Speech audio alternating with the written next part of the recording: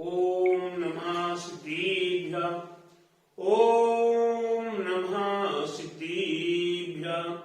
मंगलम भगवान वीरो मंगलम गोतमो गणि मंगलम कुंद कुंजालियो जीन धर्मोस्तु मंगलम सर्वे मंगल मांगल्यम सर्वे कल्याण कारिकम प्रधानम सर्वे धर्माणाम जैनम येतु शासीनम जैनम येतु शासीनम जैनम येतु शासीनम। बोले सभी जिन धर्म की जय, बोले विश्व धर्म की जय, श्री मानव धर्म की जय, श्री महावीर भगवान की जय।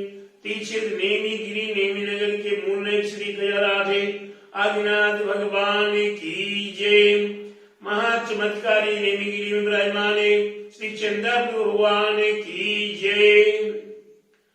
द्वादशांगी जैन वाणी माता की जय। शांतिनाथ महामंडल विधान की जय। बोले आचार्य गुरुवरी स्वाधे नेमी सागर जी महाराज की जय। आचार्य श्री 110 सागर जी महाराज की जय। भव्य आत्माओं, जैसे कि आप सभी को ज्ञात है कि हमारे जीवन में हमारे 8 कर्म हमारे लिए हमारे संग साथी हैं, और वे संग साथी ऐसे हैं कि वह आज तक हमारे साथ कभी भी एक पल भी नहीं छोड़ा है। ऐसे हमारे 8 कर्म वो ज्ञानवाणी, दर्शवाणी, वेदनी, मोहिनी, आयु, नाम, गोत और अंतर। ये 8 की 8 कर्म हमारे संग साथी हैं, बड़े जिगरी दोस्त हैं, और सभी हमारे माता पिता भाई बंधु हमें छोड़ देते हैं, छोड़ के चले जाते हैं, विवाद हो जाता है। लेकिन ये 8 की 8 कर्म इनमें विवाद भी नहीं दिखाई दे रहा है, और ये हमें छोड़ भी नहीं रहे, हमारी आत्मा से आए के बने हुए हैं। लेकिन प्यारे बंधु, ऐसे दोस्तों से, ऐसे संग साथियों से हमें हमारा नाता नहीं रखना है। ये हमारे दोस्त नहीं, ये हमारे अति महा दुश्मन है। क्या है? ये 8 कर्म हमारे क्या है? महा दुश्मन, दुश्मनी नहीं, महा महा महा दुश्मन है, जो हमारे ज्ञान को प्राप्त नहीं होने दे रहे, ये हमारे अनंत दर्शन को प्राप्त नहीं होने दे रहे, अनंत सुख अनंत वीर्य को प्राप्त नहीं होने दे रहे। तो ये हमारे मित्र नहीं, मित्र बन के भी दुश्मन हमारे पास बैठे हुए हैं, जिससे आज संसार में हम जिन्हें अपना अपना कहते हैं, वो अपना नहीं, वो सपना है, वो हमारा कोई नहीं है। न धन है, न दौलत है, न मकान है, न पुत्र है, न पुत्रादि है, ये हमारा कुछ भी कोई भी नहीं है। ये सब काय के हैं? ये धोखा है, धोखा धोखा है। सूरज भाई, आपको कौन सी चीज अच्छी लगती खाने में? नमकीन बहुत अच्छा लगता है आपको।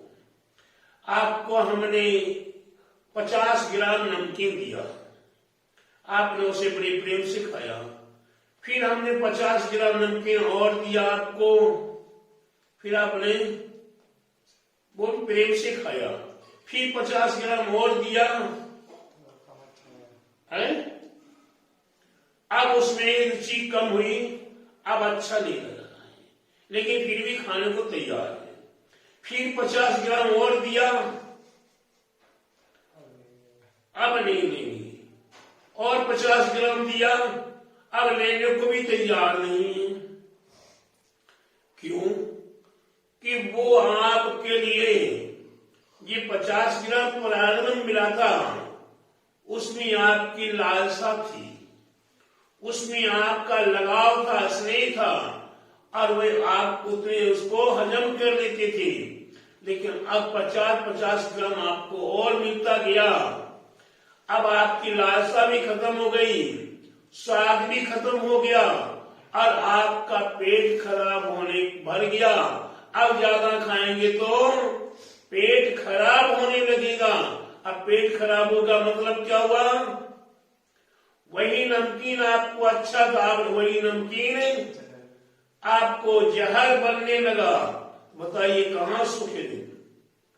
जिसको आप अच्छा मान रहे थे, जिस नमकीन को खरीदने के लिए कंपनी चुन रही थी, बढ़िया से बढ़िया सागर जाके नमकीन लाएंगे, लेकिन अब वो नमकीन सागर का क्या, बंबई का क्या, आपको लंदन का भी नमकीन आ जाए वह भी फीका हो गया, वह भी बुरा होने लगा, वह इसको भी आपने के मुख से जहर कहना शुरू कर दिया।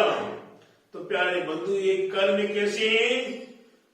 वो जहर तो एक बार मारता है, जहर तो एक ही बार मारता है, लेकिन ये कर्म हमारे भावांतर है, भावांतर हमारे लिए दुख दे रहे हैं, हमें संसार में भरवा रहे हैं, हमें ये जन्म जन्मांतर के दुखों को प्राप्त करा रहे हैं। इसलिए प्यारे बंधुओं, ये ज्ञान हमें हमारे कर्म, पहला कर्म कौन सा है? ज्ञानावाणी कर्म। उस ज्ञान के संबंध में हमने कुछ कल आपको बताने का प्रयास किया था, आज उसी से संबंधित भी और बताने का प्रयास कर रहा हूं। पोथी पढ़ पंडित हुआ, पंडित हुआ न कोई, और 2.5 अक्षर आंकने का पढ़े सो पंडित होए।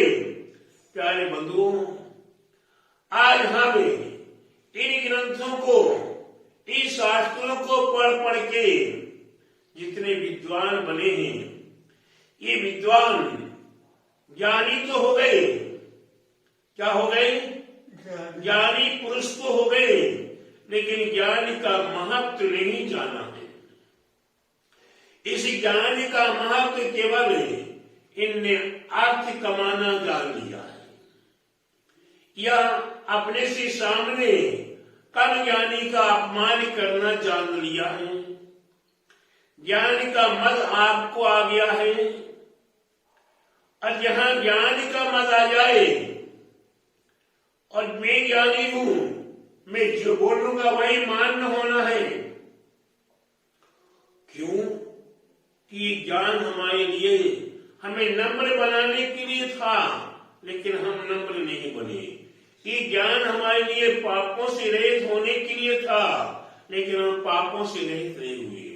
हमें क्रोध, मान, माया, लोभ आदि से हटाने के लिए तो ज्ञान है, लेकिन हमने सारे ज्ञान, क्रोध, मान, माया, लोभ हमने इस ज्ञान के माध्यम से पूरे करना शुरू कर दिए।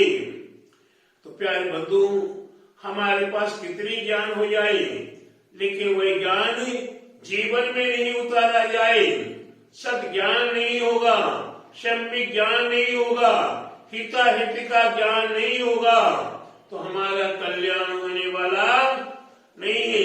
ये ज्ञानावाणी कर्म के आश्रव का कारण है, ज्ञान भी प्राप्त हो गया, आगे भवांतर में उस ज्ञान के परे ऐसा आवरण पड़ेगा, ऐसा आवरण पड़ेगा कि वही ज्ञान आपके पास होते हुए भी आप प्रकट नहीं कर सकोगे, उसे अपने जीवन में स्वीकार नहीं कर सकोगे।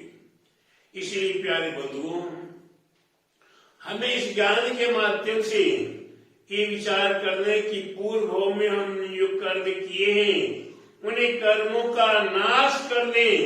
ये विपाक रूप से कर्म आ रहे हैं, उन्हें विपाक का हम नाश करके आगे सम्यक ज्ञान को प्राप्त करें, मति शुद्ध अवध ज्ञान को प्राप्त करें, और मना पर ज्ञान को एक बार वह भी ऋजि मति और विपुल मति में से विपुल मति मना पर ज्ञान जिसको प्राप्त हो जाए, तो उसे क्रमशः केवल ज्ञान की प्राप्ति हो जाएगी।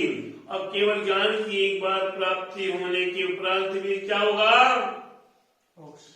फिर तो आपके लिए कहना ही क्या है, अब तो वह परम सुख प्राप्त होने वाला, अनंत ज्ञान प्राप्त होने वाला है।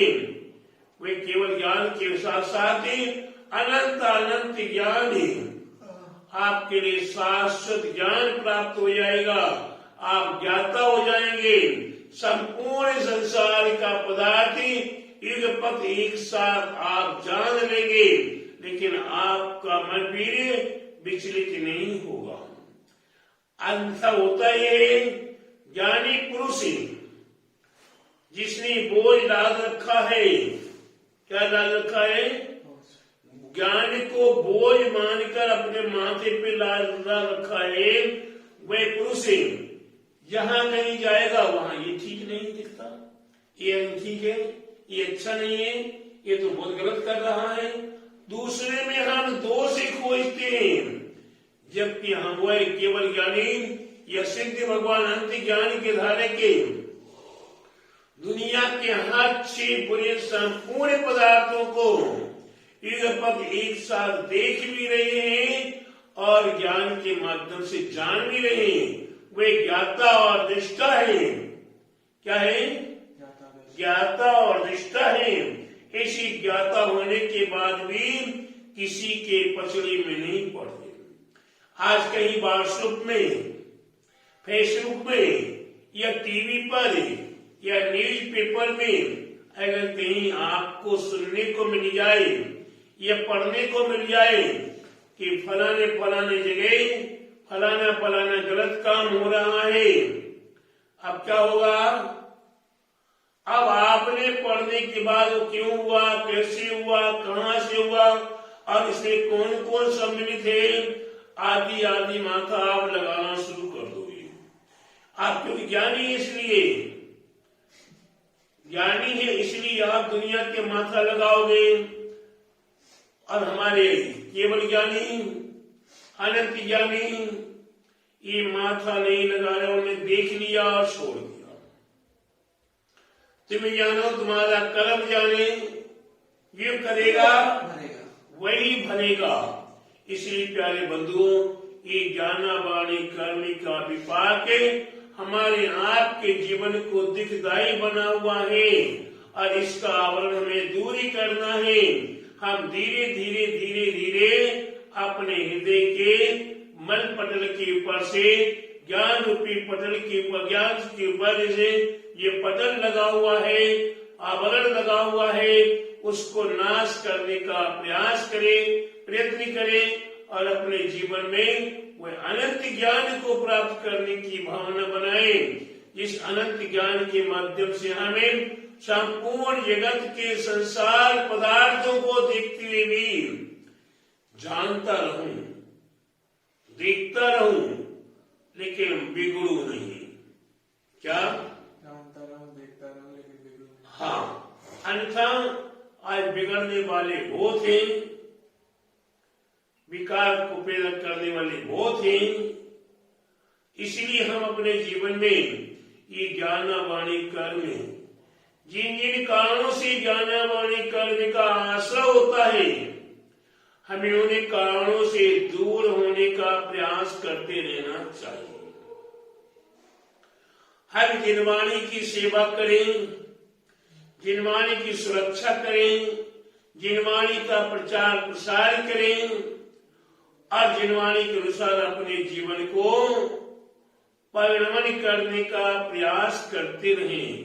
तभी हमारे जीवन में ये आवरण दूर होगा और आवरण नहीं होगा तो फिर हमारा ज्ञान का प्रकाश होना शुरू हो जाएगा, हमारे ज्ञान का विकास शुरू हो जाएगा और हमें ज्ञान सहाय रूप से प्राप्त होने लगेगा।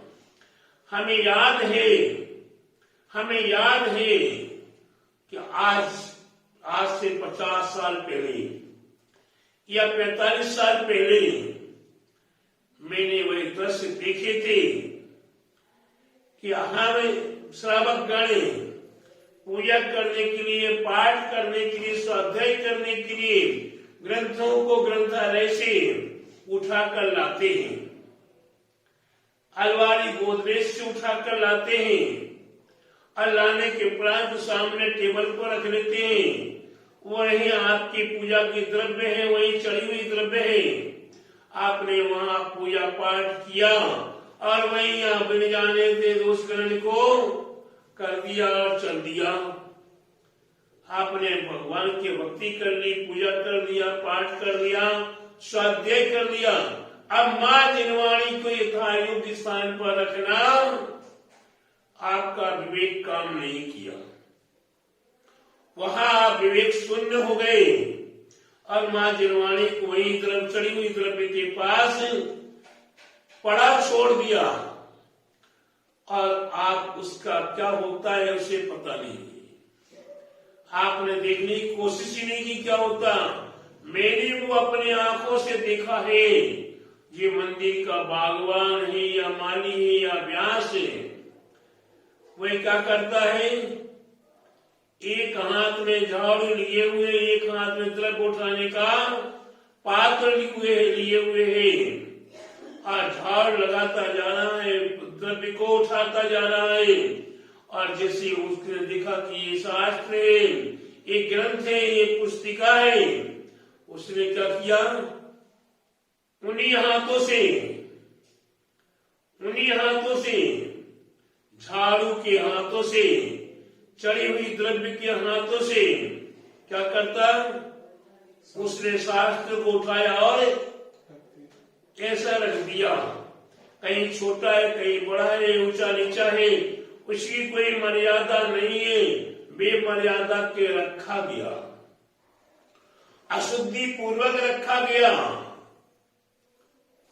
कैसे, अशुद्ध हाथों से, क्योंकि झाड़ू लगा रहे तो भी हाथ अशुद्ध है और द्रव्य उठाए तो द्रव्य क्या है, अशुद्ध है।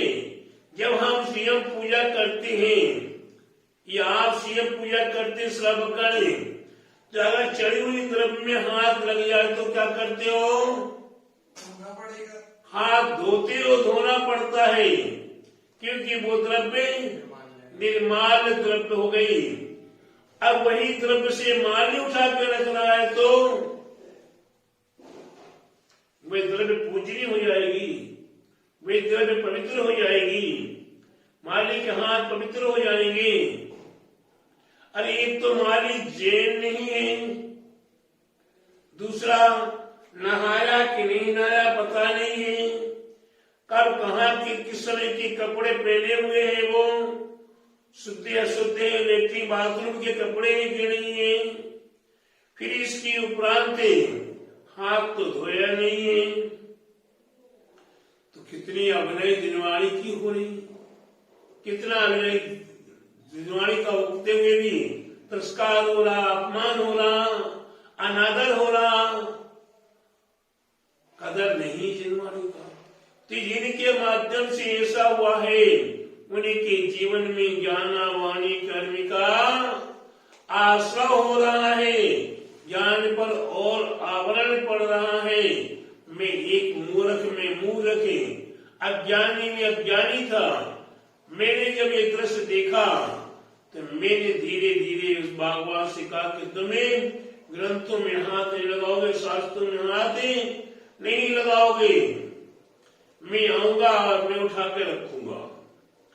धीरे धीरे धीरे धीरे वो ग्रंथ उठाकर संभाल कर रखना शुरू किए, छोटे बड़ा नीचे, फिर छोटा ऊपर, छोटा और ऊपर क्रम से एक साई मिलाकर रखना शुरू किया।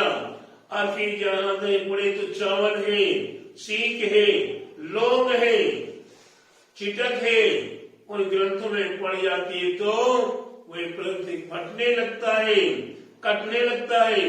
पुराना हो गया, फट गया तो कचड़े घर में डाल दो। प्यारे बंधुओं, कितना अनर्थ होता है, कितना हमारे द्वारा जिनवाणी का अपमान अनादर हो रहा है, ये हमारे लिए घातक है। और जब हमने इसको देखा तो संभालना शुरू किया, फिर धीरे धीरे चावल निकालना शुरू किया, लौंग आदि निकालना शुरू किया, और धीरे धीरे जब ज्ञान का विकास हुआ तो आज मैं आपके सामने बैठा हुआ हूं। कहा हूं? मैं आपके सामने बैठा हूं और आप इंतजार कर रहे हो कि महाराज जी की वाणी सुनने को मिल जाए, महाराज जी की वाणी सुनने को मिल जाए। क्यों? कि भाई शास्त्र आप भी पढ़ दोगे, हम भी पढ़ देंगे, लेकिन मेरी बात सुनने को क्यों? हमने अपने ज्ञान के ऊपर से जो आवरण लगा हुआ था उसे अलग करने का प्रयास किया हुआ है और सम्यक ज्ञान को प्राप्त करें, आगे बढ़ना शुरू किया है, ज्ञान तत्दूर पाने पढ़ना शुरू किया है। वह धीरे धीरे हमारे जीवन को सार्थक करने में एक घोर अज्ञानी, एक घोर अंधकार में रहने वाला, ग्रस्त परिवार में रहने वाला, लेकिन वह आज घर से रहित हो गया, अनगार हो गया। अनगार होने के उपरांत दिगंबर दीक्षा, शुल्लक एलक दीक्षा, फिर धीरे धीरे आचार्य पद को प्राप्त करें। आज यहाँ आपके सामने बैठा हुआ हूँ। आप मेरी जीवन की चर्या को देख करें, मेरी ज्ञान को देखकर ज्ञान का अनुभव करें। आप अपने जीवन का भी परिवर्तन करना प्रारंभ कर दिए हैं। आपने अपने जीवन को परिवर्तित करने का प्रयास कर दिया है। तो ये प्रभाव ज्ञानी पुरुष है और वह भी सब ज्ञानी पुरुष के माध्यम से हमारे जीवन सार्थक हो। ऐसी शुभभावनाओं के साथ हम अपने ज्ञान का आवरण दूर करने का प्रयास करें और सम्यक ज्ञान की प्राप्ति करने के भाव करें। और हम ज्ञान के अभाव में हम दुखी नहीं हो, लेकिन ज्ञान को प्राप्त करने का प्रयास करते रहे। ये हमारे जीवन का सार है। यही शांतिनाथ मंडल विधान में 9 मार्ग द्वितीय वलय का है। कौन से वलय का? द्वितीय वलय का कौन सा आर्य? 9 मार्ग है। पंच परमेष्ठी के 5, रत्नत्रय के 3 और उसके उपरांत ज्ञान के 8। तो उनमें आपका 9 मार्ग आप चलाएंगे, आपका जीवन सार्थक होगा, आपका जीवन मंगलमय होगा, आपका जीवन आनंद में होगा। आप ज्ञान की प्राप्ति करें। ऐसी शुभभावनाओं के साथ बोले शांतिनाथ महाराज मंडल विधान की जय। बोले आचार्य गुरुवर 108 नेमी सागर जी महाराज की जय। आचार्य श्री 108 दया सागर जी महाराज की जय।